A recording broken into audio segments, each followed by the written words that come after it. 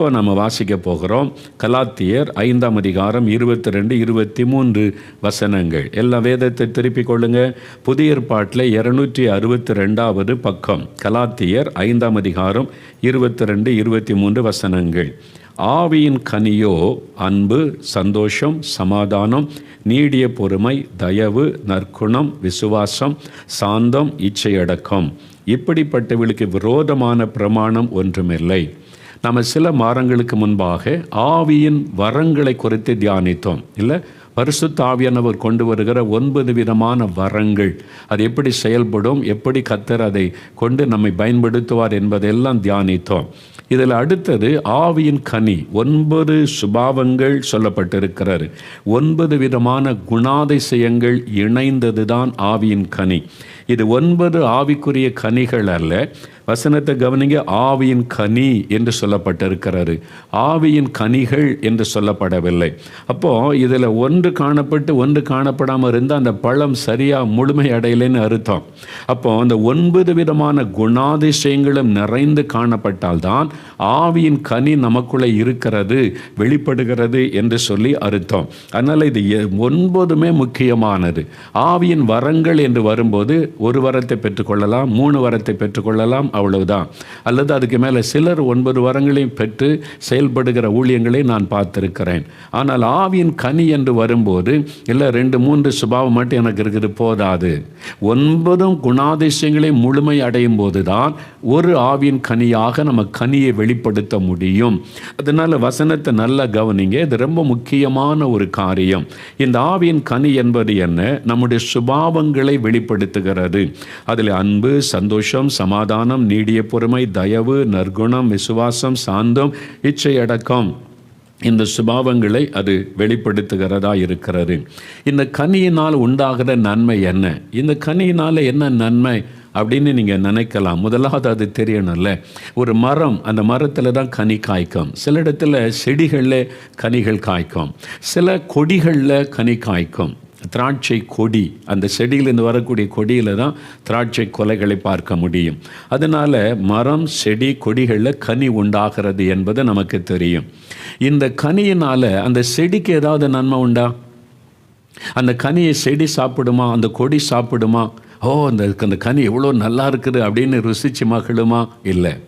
மனிதர்களாகிய நாம் அதை சாப்பிட்டு நம்ம ருசித்து மகிழுகிறோம். அப்போ அந்த கனி அந்த மரத்திற்கு அல்ல, மற்றவர்களுக்கு பிரயோஜனத்தை கொண்டு வருகிறது, மற்றவர்களுக்கு அது ஆசீர்வாதத்தை கொண்டு வருகிறது. அதுதான் கனியினுடைய நோக்கம். அதனால் கிறிஸ்தவர்கள் கனி உள்ளவர்களாக இருக்க வேண்டும் என்று ஆண்டவர் விரும்பித்தான் இதெல்லாம் நமக்கு எழுதி கொடுத்திருக்கிறார். இது நமக்கு பிரயோஜனம் அல்ல, மற்றவர்களுக்கு பிரயோஜனமாய் உள்ள வாழ்க்கை நம்ம வாழ வேண்டும். மற்றவர்களுக்கு ஆசீர்வாதத்தை கொண்டு வருகிற வாழ்க்கை வாழ வேண்டும். அதற்கு நமக்குள்ளே இந்த 9 விதமான குணாதிசயங்கள் நிறைந்த கனி காணப்பட வேண்டும் என்று ஆண்டவர் விரும்பி அதைத்தான் ஆவியானவர் நமக்கு எழுதி கொடுத்திருக்கிறார். ஆகவே நாம் கனி உள்ள ஒரு வாழ்க்கை வாழணும், கனி கொடுக்கிறவர்களாக இருக்கணும். அது நிமித்தமாய் மற்றவர்கள் நன்மை பெறுவாங்க, இயேசுவின் நாமம் மகிமைப்படும். நீங்கள் கனி கொடுப்பதனால் என்ன? மற்றவர்கள் சந்தோஷப்படுவாங்க, மற்றவங்க நன்மை பெறுவாங்க, மற்றவங்க ஆசீர்வதிக்கப்படுவாங்க. ஆனால் அது நிமித்தம் இயேசுவின் நாமம் மகிமைப்படும். அதற்காக நம்ம கனி உள்ளவர்களாக இருக்க வேண்டும் என்று ஆண்டவர் விரும்புகிறார். மத்தேயு 5ஆம் அதிகாரம் 13ஆம் வசனத்தில் மலைப்பிரசங்கத்தில் இயேசு சொல்லும்போது சொல்லுகிறார், நீங்கள் பூமிக்கு உப்பாக இருக்கிறீங்க. நீங்கள் பூமிக்கு மற்றவங்களுக்கு பிரயோஜனமாக இருக்கணும். உப்பு ரொம்ப பிரயோஜனமானது. பாதுகாக்கிறது, ருசியை கொடுப்பது, சூழ்நிலைகளையே மாற்றுவது, கெட்டு போகாமல் பாதுகாப்பதுக்கெல்லாம் உப்பு பயன்படுத்தப்படுகிறாரு. நீங்கள் கிறிஸ்தவர்கள் என்றால், தேவனுடைய பிள்ளைகள் என்றால் அப்படி இருக்கணும்னு ஆண்டவர் சொல்லுகிறார். அதே மாதிரி மத்தேயு 5:14 நீங்கள் உலகத்திற்கு வெளிச்சமாக இருக்கிறீங்க. இருட்டு வந்துட்டு அது பெரிய பாதிப்பை உண்டாக்கும். ஒரு வெளிச்சம் வந்து விட்டால் அங்கே மக்கள் மகிழ்ச்சியோடு நடமாட முடியும், பயமில்லாமல் இருக்க முடியும், மற்றவர்களுக்கு அது பிரயோஜனமாய் இருக்கிறது. அதுதான் கிறிஸ்தவ வாழ்க்கை. இயேசுவை அறிந்தவரை பின்பற்றுகிறவர்கள் இப்படித்தான் இருக்க வேண்டும் என்று ஆண்டவர் நமக்கு சொல்லி கொடுத்திருக்கிறார். நீங்கள் உப்பாக இருங்க, மற்றவங்களுக்கு பிரயோஜனமாக இருங்க. நீங்கள் ஒளியாக இருக்கிறீங்க, மற்றவர்களுக்கு வெளிச்சம் கொடுக்கணும். மற்றவர்களுடைய இருளை போக்குகிற, மற்றவர்களுக்கு உதவி செய்கிற வெளிச்சமாக இருக்கணும். அதுதான் கிறிஸ்தவ வாழ்க்கை. அதுக்குத்தான் தேவன் நம்மை ரட்சித்திருக்கிறார், தேவனுடைய பிள்ளைகளாய் தெரிந்தெடுத்திருக்கிறார். நம்மை சூழ்நிலையிலும் இருக்கிற மக்களுக்கு பிரயோஜனம் உள்ளவளாக இருக்கணும். நீங்கள் யோசித்து பாருங்கள், உங்கள் கிராமத்தில், உங்கள் தெருவில் உங்கள் பட்டணத்தில், நீங்கள் வேலை செய்கிற இடத்துல, பிஸ்னஸ் செய்கிற இடத்துல மற்றவங்களுக்கு உங்களால் என்ன பிரயோஜனம்? நீங்கள் மற்றவங்களுக்கு பிரயோஜனமாக இருக்கீங்களா? சுயநலமாக நான், என் குடும்பம், என் பிஸ்னஸ், எனக்கு வருமானம்னு ஒரு வட்டத்துக்குள்ளே சுயநலமாக வாழுகிறீர்களா? மற்றவங்களுக்கு என்ன பிரயோஜனம்? இதே தான் சபைக்கு. சபை குறித்து சொல்லும்போது சபை உப்பாக இருக்குது, வெளிச்சமாக இருக்குது. ஒரு சபை தான் வெளிச்சம் அந்த கிராமத்துக்கு, பட்டணத்துக்கு. இப்போ ஊழியக்காரர்கள் யோசித்து பாருங்கள், உங்கள் சபையினால் அந்த கிராமத்துக்கு என்ன பிரயோஜனம்? உங்கள் சபை அந்த ஊரில் இருக்கிறதுனால அந்த ஊருக்கு என்ன நன்மை? நீங்கள் வெளிச்சமாக இருக்கீங்களா? உப்பாக இருக்கிறீங்களா? உங்கள் சபை உப்பாக இருக்குதா? உங்கள் சபை வெளிச்சமாக இருக்குதா? மற்றவங்க அதன் மூலம் சந்தோஷம் அடைகிறாங்களா? ஓ, இந்த சபை இருக்கிறது நம்ம கிராமத்துக்கு ஆசீர்வாதம் என்று கிறிஸ்தவர் அல்லாதவர்கள் சொல்லுகிறபடி உங்கள் சபை இருக்குதா? உங்களுக்கு காணிக்க, உங்களுக்கு வருமானம், உங்கள் காரியம் இருக்க சபை கிடையாது.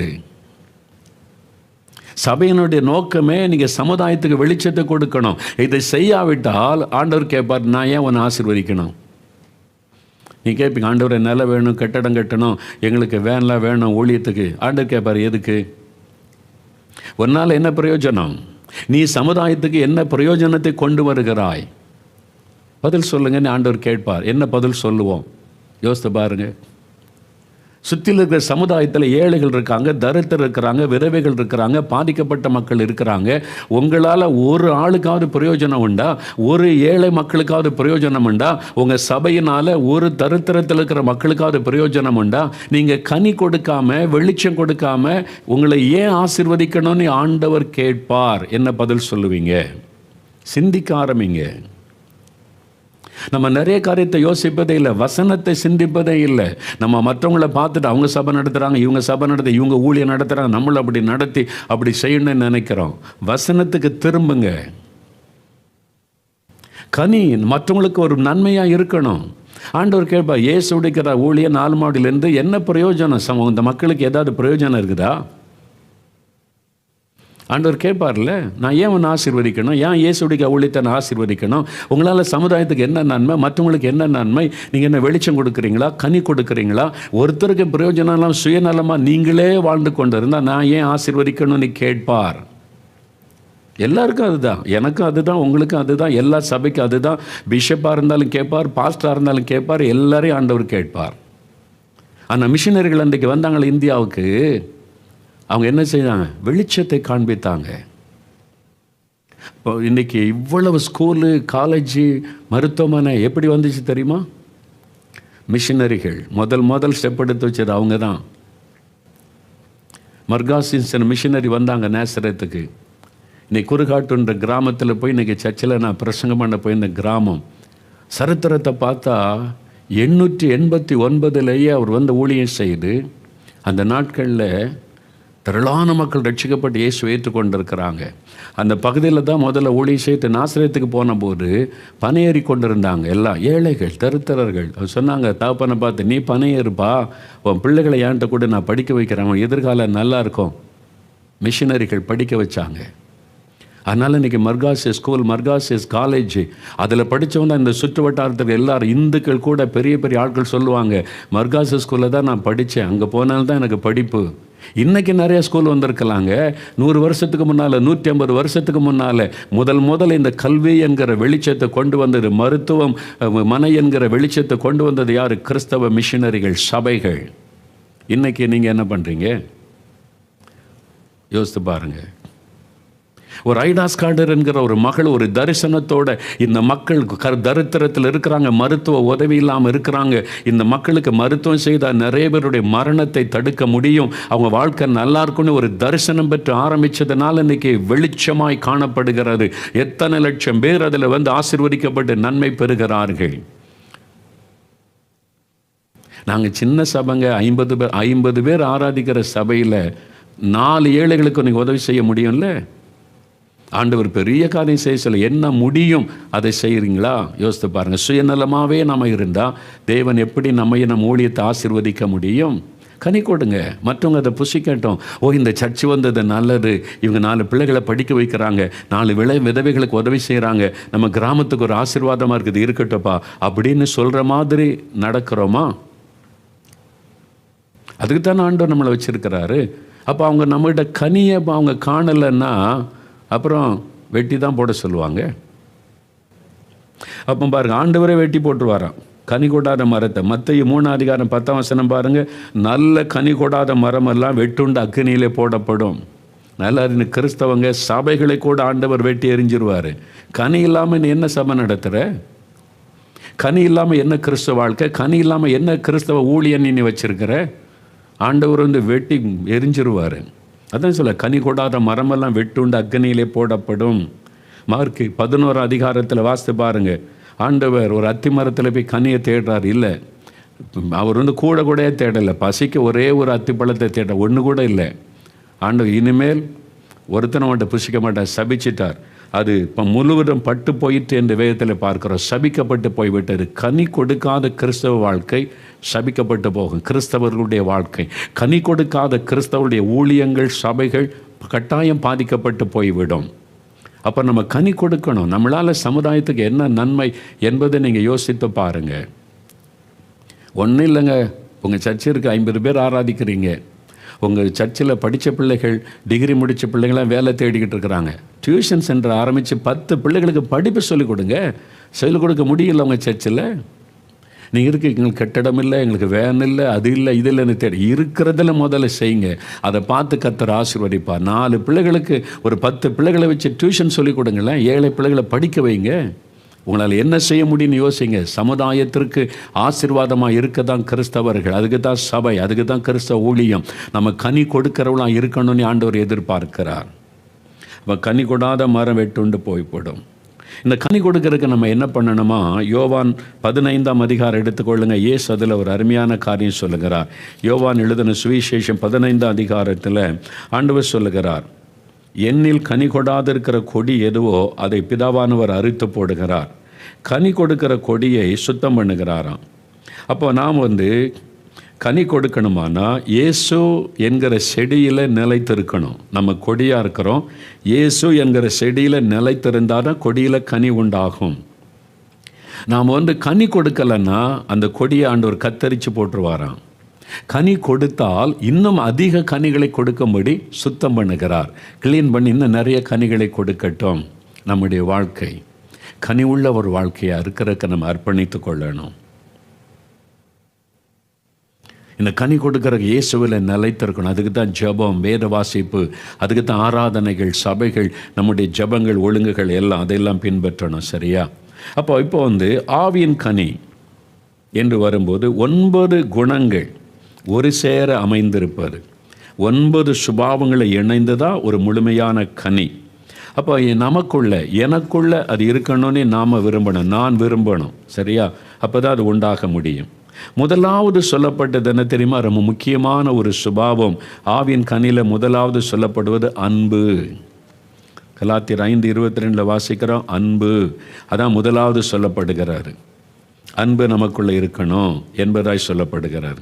உடனே நம்ம சொல்லுப்பாரு, அன்பு எவ்வளோ முக்கியம் என்பதை ஆண்டவர் இந்த ஆவியின் கனியை குறித்து சொன்னதில் சொல்லி இருக்கிறார். வேத புஸ்தகம் முழுவதுமே அதை பார்க்கிறோம். 1 யோவான் 4:8 பாருங்கள். 1 யோவான் 4:8 அந்த வசனத்தை பாருங்கள். புதிய ஏற்பாடில் 328 பக்கம். அன்பில்லாதவன் தேவனை அறியான், தேவன் அன்பாகவே இருக்கிறார். தேவன் அன்பாக இருக்கிறார். நல்லா அறிந்துகளை, தேவன் அன்பாய் இருக்கிறார். அப்போ அன்பில்லாதவன் தேவனை அறியான். அப்போ அவன் தேவனை அறிந்தவன் என்றால் அவன் அன்புள்ளவனாக இருக்கணும். அது ஒரு பெரிய அடையாளம் என்று வேதம் தெளிவாய் நமக்கு சொல்லுகிறார். அன்பு நமக்கு ஒரு பெரிய அடையாளம். ஆண்டவர் நம்மோடு இருக்கிறார் என்பதற்கு அடையாளம். அந்த அன்பு என்கிற கனி நம் மூலமாய் வெளிப்பட வேண்டும். இப்போது எல்லாருமே சொல்லுவாங்க, எல்லாத்துக்கிட்டேயும் அன்பு இருக்குது. கடவுள் இல்லைன்னு ஒருத்தர் சொல்லாமல் பாருங்கள், அவங்ககிட்டே அன்பு இருக்குது. மற்றவங்களை பார்க்கும்போது அன்பாக உதவி செய்கிறதை பார்க்கிறோம். எல்லாருக்குள்ளேயும் தான் அன்பு இருக்கிறது என்று சொல்லுவோம். ஆனால் இந்த கனி என்கிற அன்பு இருக்கிறது, அது வித்தியாசமானது. அது தேவனுடைய அன்பினால் நிறைந்திருப்பது. சாதாரணமாக மனுஷருடைய எல்லாத்திடத்திலுமே அன்பு இருக்கும். மிருகங்கள் கூட ஒன்றுக்கொன்று அன்பாக இருக்கிறதை நம்ம பார்க்கிறோம்.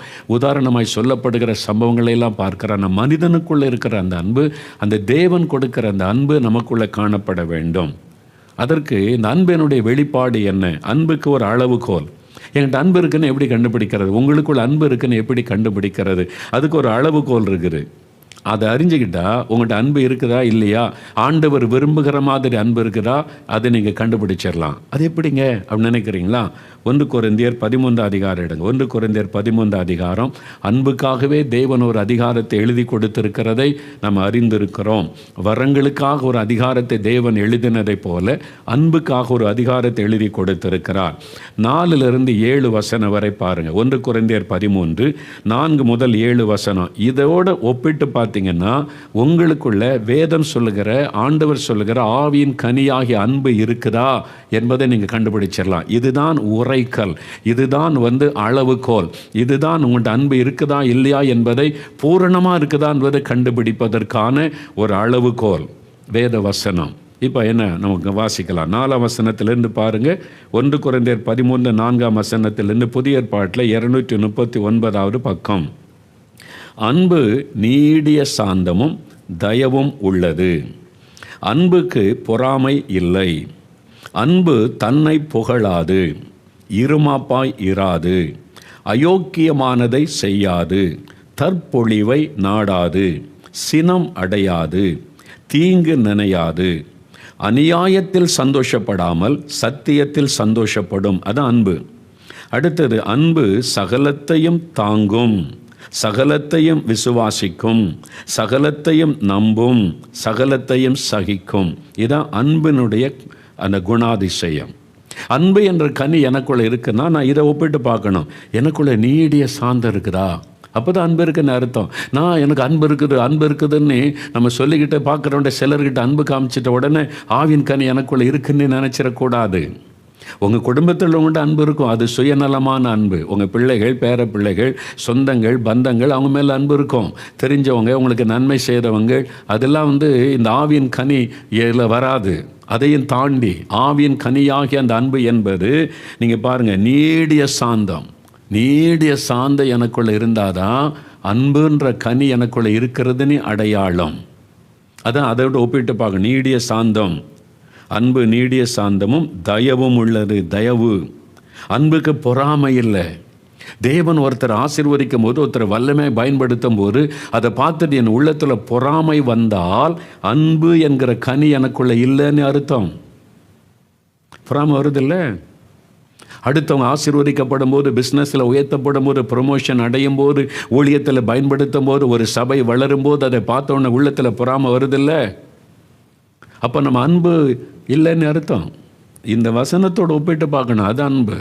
அன்பு இருக்குன்னு சொன்னால் போதாது. இந்த வசனம் அளவுகோல், அன்புக்கு அளவுகோல். அப்போ அந்த அளவுக்கு நம்ம அன்புக்கு நம்ம ஒப்பு கொடுத்து இந்த ஆவின் கனியாகிய அன்பை நம்ம பெற்றுக்கொள்ளணும்.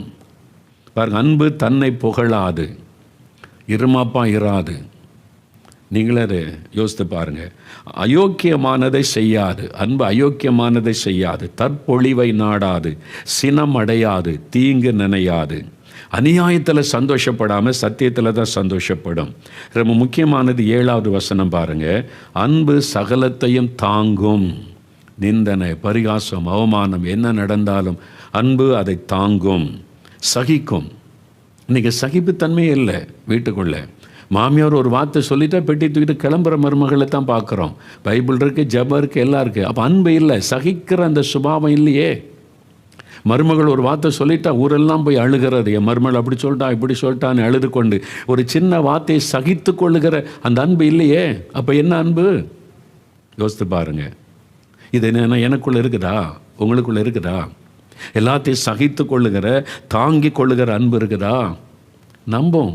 உங்கள் கணவரை நம்புறீங்களா? உங்கள் மனைவியை நம்புறீங்களா? நம்ப மாட்டேங்கிறீங்களா? சந்தேகமாக பேசுகிறீங்க, சந்தேக வார்த்தை அப்போ உங்களுக்குள்ள அன்பு இல்லைன்னு அர்த்தம். உங்கள் மனைவி மேலே அன்பு இருந்தால், இந்த ஆவியின் கனியாக அன்பு இருந்தால் உங்களுடைய மனைவியை நீங்கள் நம்புவீங்க. அன்பு சகலத்தையும் நம்பும்.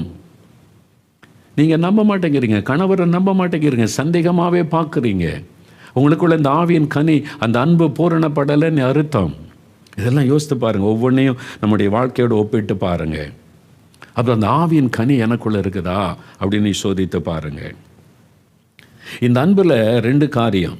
மத்தேயு 22 அதிகாரம், மத்தேயு 22 அதிகாரம் எடுங்க, வேதத்தை திருப்பங்க. மத்தேயு 22 அதில் 37லேருந்து 40 வசனம் நீங்கள் பார்த்தீங்கன்னா, அங்கே ஆண்டவர் ஒரு காரியத்தை சொல்கிறார். அன்பை குறித்து கட்டளை அதை பற்றி சொல்லும்போது, இயேசு அவனை நோக்கி, உன் தேவனாகிய கர்த்தரிடத்தில் உன் முழு இருதயத்தோடும் முழு ஆத்மாவோடும் முழு மனதோடும் அன்பு கூறுவாயாக. முதலாவது நம்ம தேவனிடத்தில் அன்பு கூறணும். அந்த அன்பு ஆண்டவர் மேலே வைக்கிற முழு இருதயத்தோட முழு பலத்தோட. ரெண்டாவது சொல்ல, இது முதலாம் பிரதான கற்பனை. இதற்கு ஒப்பாயிருக்கிற ரெண்டாவது கற்பனை என்னவென்றால், உன்னிடத்தில் நீ அன்பு கூறுவது போல பிறனிடத்திலும் அன்பு கூறுவாயாக என்பதே. நம்ம மற்றவங்களை நேசிக்கிறோன்னு சொல்கிறோம், அன்பு கூறுகிறோம். நம்மிடத்தில் அன்பு கூறுவதை போல நேசிக்கிறோமா? என்ன நேசிக்கிற மாதிரி இன்னொரு ஊழியக்காரனை நான் நேசிக்கிறேனா? இந்த ஊழியத்தை நேசிக்கிற மாதிரி இன்னொரு ஊழியத்தை நான் நேசிக்கிறேனா? என் சபையை நேசிக்கிற மாதிரி பக்கத்தில் உள்ள சபையை நான் நேசிக்கிறேனா? என் ஊழியத்தை நேசிக்கிற மாதிரி இன்னொரு ஊழியத்தை நேசிக்கிறேனா? என்னுடைய மிஷினரி ஊழியத்தை நேசிக்கிற மாதிரி இன்னொரு மிஷினரி ஸ்தாபன ஊழியத்தை நான் நேசிக்கிறேனா? நம்ம குறைவுபட்டிருக்கிறோம். ஒத்துக்கொண்டு தான் ஆகணும். நம்மெல்லாம் மதிக்கிற பெருசாக நினைக்கிற மிஷினரி ஸ்தாபனங்களில் கூட தங்களுக்காக ஜெபிக்கிறதை தவிர்த்து இன்னொரு மிஷினரி ஸ்தாபனத்துக்காக ஜெபமே பண்ணாமல் இருக்கிற சில ஸ்தாபனங்கள் இருக்கிறாரு. என்ன அன்பு நம்மகிட்ட இருக்குது? இந்த உண்மையாக பைபிளில் சொல்லப்பட்ட அந்த ஆவியின் கனி அன்பு இருக்குதா? என்ன பெருமை நமக்கு இருக்குது, நாங்கள் தான் கரெக்டான ஊழியம், எங்கள் ஊழியம் தான் சிறப்பு, இதை விட்ட வேறு ஊழியம் கிடையாது. அந்த பெருமை, அன்புக்கு பொறாமை கிடையாது. பொறாமை, தற்பொழிவு அதெல்லாம் இருக்குது, அகந்தை. அதனால தான் மற்றவங்களுக்கு ஜெபிக்க மாட்டேங்கிறோம். பக்கத்தில் இருக்கிற சபையில் உள்ளவங்களை நேசிக்க முடியல, அந்த ஊழியக்காரனை நேசிக்க முடியல. எப்படி அன்பு இருக்குன்னு சொல்கிறீங்க? நம்ம குறைவுபட்டிருக்கிறோம். ஆண்டவருக்கு முன்னால் தாழ்த்தணும். ஆண்டவரே என்னை மன்னியும். நான் ஒரு ஊழியக்காரனை குறித்து கேள்விப்படும் போது, அவங்களை கொண்டு அற்புத அடையாளம் நடக்கிற வல்லமையை பயன்படுத்துகிறான்னு கேள்விப்படும் போது என் உள்ளத்தில் சந்தோஷம் வராவிட்டால், ஒரு ஊழியக்காரனை தேவன் வல்லமையாய் பயன்படுத்துகிறார் என்ற செய்தியை கேள்விப்படும் போது என் உள்ளத்தில் சந்தோஷம் வராவிட்டால் எனக்குள்ள பொறாமை வந்துட்டுன்னு அர்த்தம். அன்பு குறைவுபட்டு விட்டதுன்னு அர்த்தம். அந்த அன்பு பூரண அன்பு இல்லைன்னு அர்த்தம். சில சமயம் அப்படி நடந்திருக்கிறத நான் ஆண்டவரிடத்தில் போய் அழுது ஜெபிச்சிருக்கிற, ஆண்டவரே இந்த பொறாமை வரக்கூடாது, எனக்கு உம்முடைய அன்பு எனக்கு வரணும், உம்முடைய நாமம் மகிமைப்படுகிறது, ஒருத்தர் வல்லமையாய் பயன்படுத்துகிற செய்தியை கேள்விப்படும் போது நான் மகிழணும், நான் சந்தோஷப்படணும், அவங்கள ஆசீர்வதித்து நான் ஜெபிக்கணும், அந்த அன்பு எனக்கு வேணும்னு நான் ஜெபித்திருக்கிறேன். நம்ம மனிதர்கள் இதில் தான் பாதிக்கப்படுவோம். அப்போ இந்த அன்பு வேதத்தில் சொல்லப்பட்டபடி எனக்கு இருக்குதா? எல்லா மனுஷருக்குள்ளே இருக்கிற போல் அன்பு கிடையாது. ஆவியின் கனினா பரிசுத்த ஆவியானவர் நமக்குள்ளே உண்டாக்குகிற ஒரு கனி. ஆவியானுடைய உதவி இல்லாமல் நாம் இந்த கனி நமக்குள்ளே உருவாக்க முடியாது. அப்போ உன்னிடத்தில் அன்பு கூறுவதை போல பிறனிடத்தில் அன்பு கூறுவது, அதான் ஆண்டவர் சொல்லுகிறார். இப்போ தேவனிடத்தில் அன்பு கூறுகிறதுன்னா, இப்போ நம்ம சொல்ல ஆண்டவரை நேசிக்கிறேன்னு சொல்கிறோம். இப்போ ஒரு வசனம் பாருங்கள், 1 யோவான் 4ஆம் அதிகாரம் 20-21 வசனம். பைபிளில் திருப்பங்க 1 யோவான் 4ஆம் அதிகாரம், புதிய ஏற்பாட்டில் 329வது பக்கம். வசனத்தில் என்ன சொல்லியிருக்கு? வேர்ட் ஆஃப் காட் என்ன சொல்லுது பாருங்க. 20-21. தேவனிடத்தில் அன்பு கூறுகிறேன் என்று ஒருவன் சொல்லியும், ஆண்டவரை நேசிக்கிறேன், இயேசுவை நேசிக்கிறேன் சொல்லியும் தன் சகோதரனை பகைத்தால் அவன் பொய்யன். தான் கண்ட சகோதரனிடத்தில் அன்பு கூறாமல் இருக்கிறவன் தான் காணாத தேவனிடத்தில் எப்படி அன்பு கூறுவான்? தேவனிடத்தில் அன்பு கூறுகிறவன் தன் சகோதரனிடத்திலும் அன்பு கூற வேண்டும் என்கிற இந்த கற்பனையை நாம் இயேசுவாலே பெற்றிருக்கிறோம். இல்லை, அப்போ தேவனிடத்தில் அன்பு கூறுகிறவர்கள் சக மனிதரிடத்தில் அன்பு கூற வேண்டும், மனிதரிடத்திலே மற்றவிடத்திலே அன்பு கூற வேண்டும் என்கிறதை வேதம் தெளிவாய் சொல்லுகிறது. அந்த அன்பு இப்போ மத்தேயு 5ஆம் அதிகாரம் 44-45 அன்பினுடைய உச்ச கட்டம் என்ன? இதைத்தான் இயேசு சொல்லுகிறார். வேறு யாரும் இப்படி சொன்னது கிடையாது, வேறு எந்த மனிதரும் இப்படி பேசினது கிடையாது. இயேசு மாத்திரம் சொன்ன அன்பை பற்றி சொன்ன முக்கியமான காரியத்தை நீங்கள் மத்தேயு 5ஆம் அதிகாரம் 44-45 பாருங்கள்.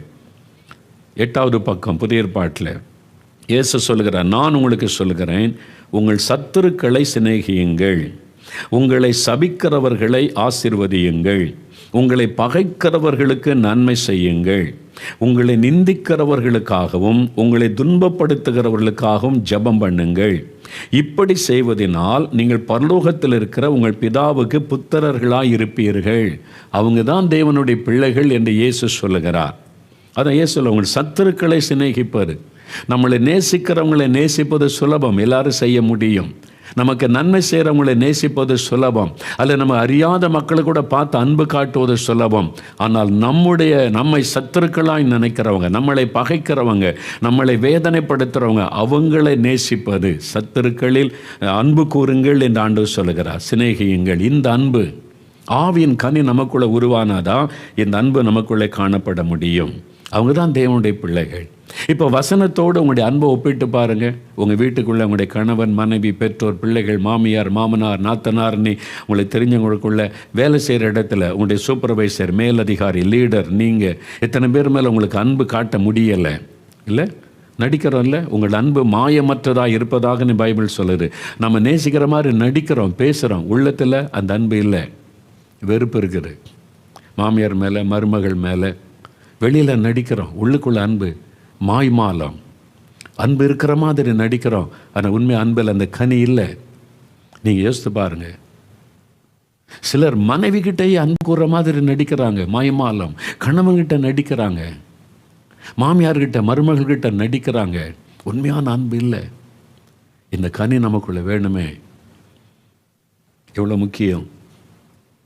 2 அனுபவத்தை சொன்னால் அவங்களுக்கு தெளிவாக விளங்கும். டாக்டர் பில்லி கிரஹாம் உலக பிரசித்தி பெற்ற ஒரு பெரிய சுவிசேஷகர். அவருடைய புஸ்தகம் ஒன்றை வாசித்தேன். அவருடைய ஊழிய அனுபவங்கள்லாம் எழுதப்பட்டிருக்கிறாரு. அநேக ஆண்டுகளுக்கு முன்னால் அமெரிக்காவில் ஒரு ஊழியர் செய்து ஒரு பெரிய எழுப்புதல் அவரை தேவன் வல்லமையாய் பயன்படுத்தி கொண்டு வந்தார்.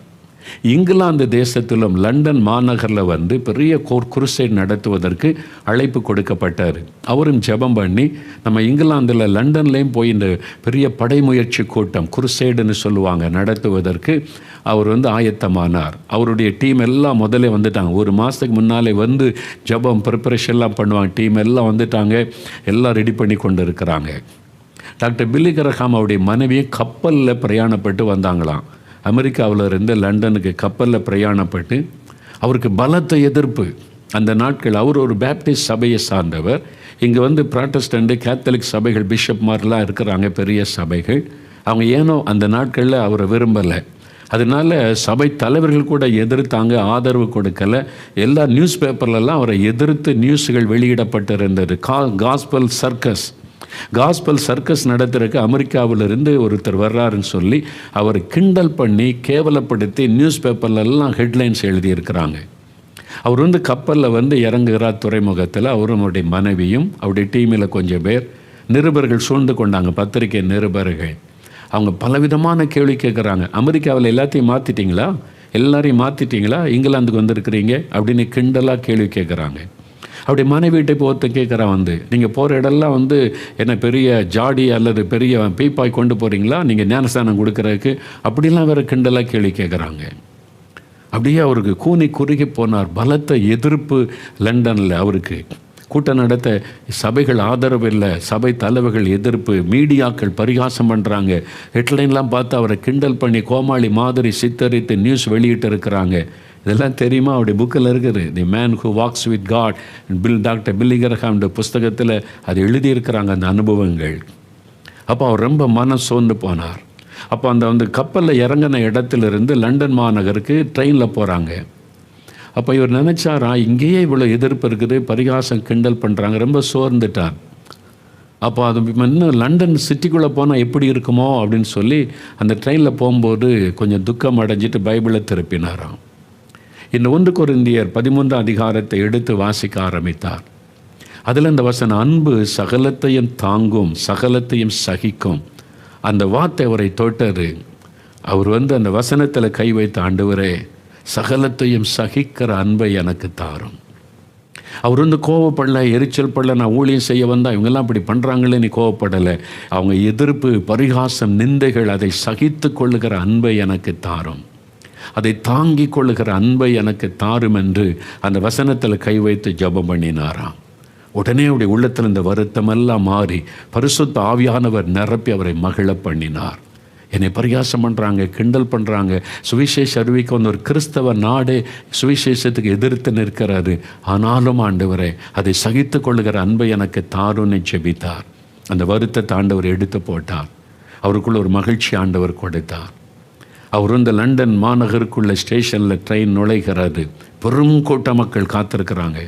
திரள் கூட்டத்தை பார்க்குறாரு. இவங்களாம் எதிர்ப்பு தெரிவிக்க வந்தாங்களோன்னு பயந்து கொண்டு ட்ரெயினை விட்டு இறங்கினா எல்லாரும் வெல்கம் டாக்டர் பில்லி கிரஹாம்னு பெரும் கூட்ட மக்கள் கோஷமிட்டு வரவேற்றாங்க. அப்படி உள்ளத்தில் ஒரு பெரிய மகிழ்ச்சி. ஒரு பக்கம் எதிர்க்கிறவங்க பரிகாசம் பண்ணவங்க இருந்தாலும் நம்மை வரவேற்பதற்கு காத்திருக்கிற இவ்வளோ மக்களை தேவன் வைத்திருக்கிறார் என்று ஆண்டவரை துதித்தாராம். அங்கே நடந்த ஒவ்வொரு ஊழியங்களை அவர் எழுதும்போது, அவருடைய அனுபவத்தை சொல்லும்போது எழுதப்பட்டிருக்கிறாரு, தாங்கி கொள்ளுகிற அன்பை தாரும். நம்ம அப்படி செபிக்கணும். அன்பு சகலத்தையும் தாங்கும், சகலத்தையும் சகிக்கும். குடும்பம்னு இருந்தால் சில பாடு இருக்கும். நம்ம சகித்து நம்முடைய அன்பு என்கிற கனியை வெளிப்படுத்தணும். உங்கள் வீட்டுக்குள்ளே, உங்களுடைய சபையில், உங்களுடைய வேலை செய்கிற இடத்துல, சமுதாயத்தில் அன்பு என்கிற கனி வெளிப்படணும். உங்களை எதிர்க்கிறாங்க, நிந்திக்கிறாங்க, பரிகசித்தாலும் நீங்கள் கோபப்படாமல், எரிச்சல் படாமல், தேவனுடைய அன்பினால் நிறைந்து அந்த அன்பு என்கிற கனியை உங்கள் வீட்டில், சமுதாயத்தில், தெருவில் வெளிப்படுத்தணும். அதான் ஆண்டவர் விரும்புகிறார். ஆவியின் கனியாகிய அன்பு இது பரிசுத்த ஆவியானவர் தான் தர முடியும். சாதாரணமாக எல்லா மனுஷனுக்குள்ள அன்பு இருப்பதை போல அல்ல இந்த ஆவியின் கனி, வித்தியாசமானது. ஐரோப்பா நாடுகள், நிறைய நாடுகள், கிறிஸ்தவ நாடுகள், சில கம்யூனிஸ்ட் நாடுகளில் இருந்து அதை தாக்கி சில நாடுகளை பிடித்தாங்க. அநேக ஆண்டுகளுக்கு முன்னால் அந்த கம்யூனிஸ்ட் படைகள் நுழைந்து அந்த நாடுகளை கைப்பற்றும் போது கம்யூனிஸ்ட கொள்கைகளை கொண்டு வந்தாங்க, மக்களை அடிமைப்படுத்தினாங்க. அதனால் யார் வீட்டில் அது பைபிள் இருந்தால் பைபிள் அப்புறப்படுத்தி இயேசுவை மறுதலிக்க சொல்லுவாங்க. அவங்க மறுதலிக்கலைன்னா கொன்னுருவாங்க. ஊழியர்களை உயிரோடு வைக்க மாட்டாங்க. இந்த மாதிரி ரத்தம் சிந்தப்பட்டது நிறைய ருமேனியா தேசத்துலலாம் அது நடந்தது. ருமேனியா தேசத்தில் அது மாதிரி சில நாடுகள் பாதிக்கப்பட்ட. அதில் தான் ரிச்சர்ட் உம்பராண்ட் என்ற தேவ மனிதர் 13 வருஷம் ஜெயிலில் அடைக்கப்பட்டார், ஊழியக்காரர். இது மாதிரிலாம் பாதிக்கப்பட்டாங்க. ஒரு சமயம் அப்படி ஒரு தேசத்துக்குள்ளே இந்த கம்யூனிஸ்ட் படைகள் நுழைந்தது. கிறிஸ்தவங்களெல்லாம் கொண்டு வந்து நிறுத்தி இயேசுவை மறுதலிச்சா நீங்கள் உயிரோடு இருப்பீங்க, இல்லை தான் கொண்டு விடுவோம் என்று அநேக இரத்த சாட்சியாக மறித்தாங்க. வீடு வீடாக போய் அவங்க வீட்டில் பைபிள் இருந்தால் கண்டுபிடிச்சி அவங்களுக்கு தண்டனை கொடுத்தாங்க. ஒரு வீட்டுக்குள்ளே சில போர் வீரர்கள் நுழைந்தாங்க. அதில் ஒருத்தனா கேப்டனாக நின்று 2-3 பேரை கூட்டிகிட்டு போனான். உள்ளே போனால் ஒரு வாலிப மகனும் வாலிப மகளும் இருந்தாங்க. சகோதரனும் சகோதரி, அண்ணனும் தங்கையும். அவங்களுக்கு அப்பா அம்மா கிடையாது, இந்த 2 பேர் தான். அந்த மகள் நர்ஸாக அவர் ஆஸ்பத்திரியிலே பணி செய்து கொண்டிருந்தாள். அவனும் வேலை செய்து கொண்டிருந்தான். அங்கே பைபிள் இருந்ததை பார்த்துட்டு அந்த போர் வீரன் பைபிள் எடுத்து கொண்டான். அந்த பொது உடைமை அந்த போர் வீரன் இயேசுவை மறுதலிக்கணும், இயேசு கடவுள் இல்லைன்னு சொல்லணும், கம்யூனிஸ்ட் கொள்கை ஏற்றுக்கொள்ளணும், அப்போ நான் உயிரோடு வைப்போம். அவன் சொல்லிட்டான், இல்லை, எனக்கு இயேசுதான் ரட்சகர், இயேசுதான் ஆண்டவர், அவரை ஒருவரை தான் ஆண்டவர்னு சொல்லுவேன் என்று சொல்லி பயங்கரமாக மிரட்டுறாங்க. முடியாதுன்றாங்க. அந்த வாலிப மகள் பெண் பிள்ளையாக இருந்தனால விட்டுட்டு இவனை முன்னேற துப்பாக்கியை நீட்டினான். இயேசுவை மறுதலிச்சா அவனை உயிரோடு வைப்பேன், இல்லைன்னா சுட்டு கொண்டு விடுவேன். அந்த மகள் அழுகிறாள். தன் சகோதரன் துப்பாக்கி முனையில் இருக்கிறான். அவனு செத்து போய்த்தா தனக்கு அனாதை ஆகிரும், அப்பா அம்மா கிடையாது. அழுகிறாள், கெஞ்சுகிறாள், இல்லை எங்கள் அப்பா அம்மா கிடையாது, எங்கள் அண்ணன் தான் எனக்கு எல்லாமே, பிரதர் தான், தயவுசெய்து விட்டுருங்கன்னு சொன்னான். அவன் மிருக சுபாவத்தோடு இருக்கிறான், இறக்கம் காட்டாத சுபாவம். தொடர்ந்து மிரட்டுகிறான். அவளை அழுது பார்க்கிறாள், கெஞ்சி பார்க்கிறாள், கேட்கல. அவளுடைய கண்களுக்கு முன்பாக அவனுடைய சகோதரனை துப்பாக்கியால் சுட்டு கொன்று விட்டான். அவன் இரத்த வெள்ளத்தில் மரித்து விழுந்தான். இவள் அனாதையாக்கப்பட்டு விட்டாள். அவன் போயிட்டான், அவ்வளோதான். சில நாட்கள் கழிந்தது. ஒரு நாள் ஆஸ்பத்திரியிலே நர்ஸாக பணி செய்கிற அந்த மகள் பணி செய்து கொண்டிருக்கும் போது ஒரு போர் வீரனை குற்றுயிராக குண்டடிப்பட்டு காயப்பட்டு குற்றுயிராய் ஒரு போர் சேவகனை கொண்டு வந்தாங்க. போர் வீரனை கொண்டு வந்து அவனை படுக்க வச்சாங்க. இவள் தான் அப்பொழுது டியூட்டியில் இருக்கிறாள். பார்த்தா தெரிந்தது, இவன் தான் தன் சகோதரனை கண்களுக்கு முன்பாக சுட்டு கொண்டு அதே போர் சேவகன் இப்பொழுது குற்றுயிராக அடிபட்டு வந்து கிடக்கிறான். ரத்தம் போய் கொண்டு இருக்கிறாரு. இப்போ இவன் தான் டியூட்டியில் இருக்கிறான். அவள் தான் கவனிக்கணும். முதல் உதவி செய்தால் தான் பிழைக்க முடியும். இவன் அவனை பார்க்கிறான். ரத்தம் வெளியேறி கொண்டு இருக்கிறார். மயங்கின நிலைமையில் இருக்கிறான். அவன் மரித்து கொண்டு இருக்கிறான். அப்போ ஒரு சத்தம் கேட்கிறாரு, நீ பழி வாங்கிக்கொள், நீ பழி வாங்கிக்கொள், இதான் சரியான டைம். உன்னை அனாதையாக்கினவன், அநியாயமாய் உன் சகோதரனை உன் கண்களுக்கு முன்பாய் சுட்டு கொன்றவன், பழி வாங்கிக்கொள் என்று ஒரு குரல் கேட்குது. நீ ஒன்றும் பண்ண வேண்டாம், கொஞ்ச நேரம் சும்மா இரு, தன்னால் செத்துருவான். ரத்தம் போய் கொண்டு இருக்கிறது, அவனே செத்துருவான், நீ ஒன்றும் பண்ண வேண்டாம், கொஞ்ச நேரம் சும்மா இரு போதும். அந்த குரல் கேட்குது. இவளுக்குள்ள பெரிய போராட்டம் பார்க்குறா. என்னை அனாதையாக்கினவன், இரக்கமில்லாமல் என் சகோதரனை சுட்டு கொன்றவன், அடுத்த பக்கத்தில் ஒரு குரல் கேட்கிறாரு, மகளே அன்பு காட்டு. Daughter show your love. மகளே அன்பு காட்டு, மகளே அன்பு காட்டு. ஒரு குரல், இயேசுவின் குரல் கேட்கிறாரு, நீ அவனுக்கு அன்பு காட்டு. ஒரு குரல் சொல்லுது, பழி வாங்கிக்கொள், இதான் டைம், நீ சும்மா விட்டு தன்னால் செத்து போயிடுவான். அடுத்த பக்கம் ஒரு குரல் ஆண்டவர் பேசுகிறார், அன்பு காட்டு. அவள் இயேசுவின் வார்த்தைக்கு கீழ்ப்படிந்தாள். அவசரமாக காயங்களை கட்டி ரத்தம் வழிவதை நிறுத்தினாள். சில நாட்கள் கழிந்த பிறகுதான் அவனுக்கு மயக்கம் தெளிந்தது. அவன் மயக்கம் தெளிந்து கண் விழித்த போது இவள் அவனுக்கு பணிவிடை செய்து கொண்டிருந்தாள்.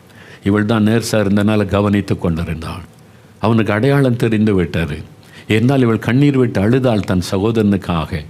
அடையாளம் தெரிந்ததுனால் ஆச்சரியமாக பார்க்குறாள். அவள் வந்து உதவி செய்கிறாள், மாத்திரை கொடுக்குறாள், எல்லாத்தையும் கவனிக்கிறாள். அன்பாக வந்து அவன்கிட்ட விசாரிக்க, வலி இருக்கிறா, வேதனை இருக்கிறா, எல்லாம் கேட்டு உதவி செய்கிறாள்.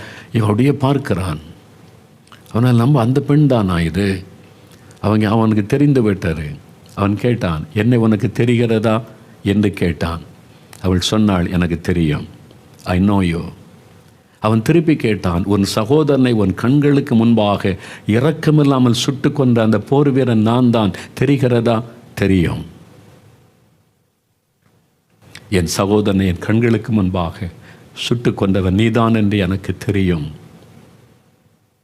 அவன் கேட்டான், அப்படியானால் எப்படி என்னை உன்னால் காப்பாற்ற முடிந்தது? எப்படி எனக்கு சேவை செய்ய உனக்கு மனம் வந்தது? அவள் சொன்னாள், ஜீசஸ் கிரைஸ்ட், இயேசு கிறிஸ்து. மிருக சுபாவம் போல இந்த கடின உள்ளம் உடைந்தது. இயேசு கிறிஸ்துவா? இயேசு, அவருடைய அன்பு. அவன் சொன்னான், அந்த இயேசுவை நம்புகிற உனக்கே இவ்வளவு அன்பு இருந்தா அந்த இயேசு எவ்வளவு அன்புள்ளவராயிருப்பார். அந்த இயேசு எனக்கு வேண்டும். அந்த போர் வீரன் இந்த மகளுக்குள்ளே காணப்பட்ட அன்பின் கனியினால் இயேசுவை ஏற்றுக்கொண்டான். அவன் சொன்னான், இனிமேல் நான் உனக்கு சகோதரனாக இருப்பேன், நான் உனக்கு உதவி செய்வேன். ஆவியின் கனியாகிய அன்பு உங்கள்கிட்ட இருக்குதா? யார் மேலேயோ கோபம், யார் மேலேயோ எரிச்சல். எப்பவும் மேல் அதிகாரி ஏதாவது சொல்லிட்டா எரிச்சலும் கோபம் வருது. மாமியார் ஏதாவது சொல்லிட்டா கோபம் வருது. ஒரு கணவர் ஒரு வார்த்தை சொல்லிட்டா கோபம் வருது. மனைவி ஒரு வார்த்தை சொல்லிட்டா எரிச்சலும் கோபம் வருது.